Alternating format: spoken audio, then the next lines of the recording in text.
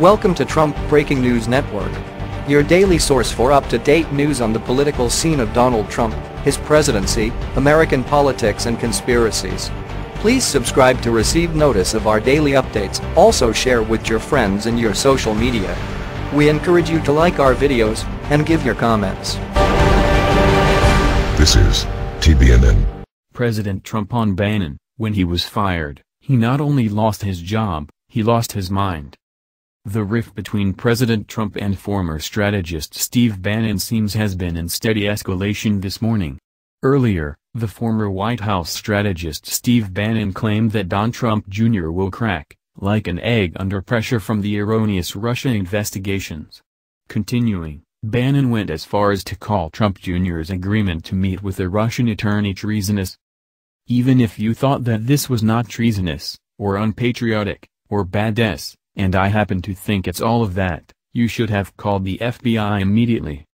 Bannon then went on to double down on his distaste for Jared Kushner and stated to author Michael Wolff. "You realize where this is going," Bannon told Wolff. "This is all about money laundering. Mueller chose senior prosecutor Andrew Weissmann first, and he is a money laundering guy.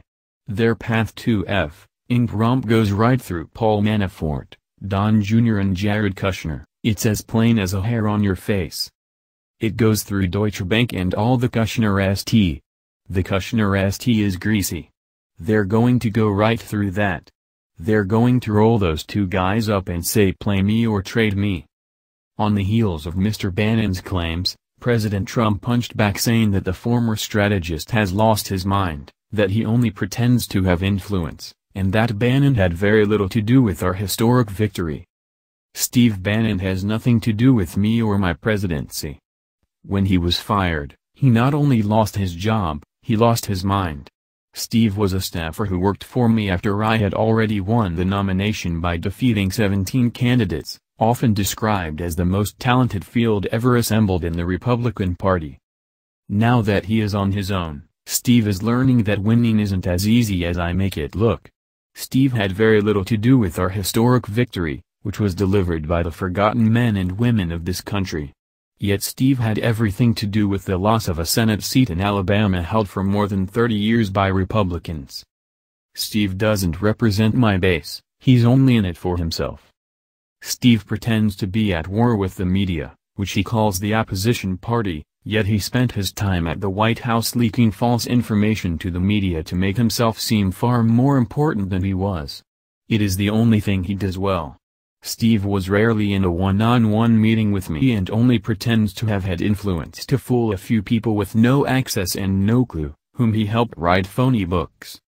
We have many great Republican members of Congress and candidates who are very supportive of the Make America Great Again agenda.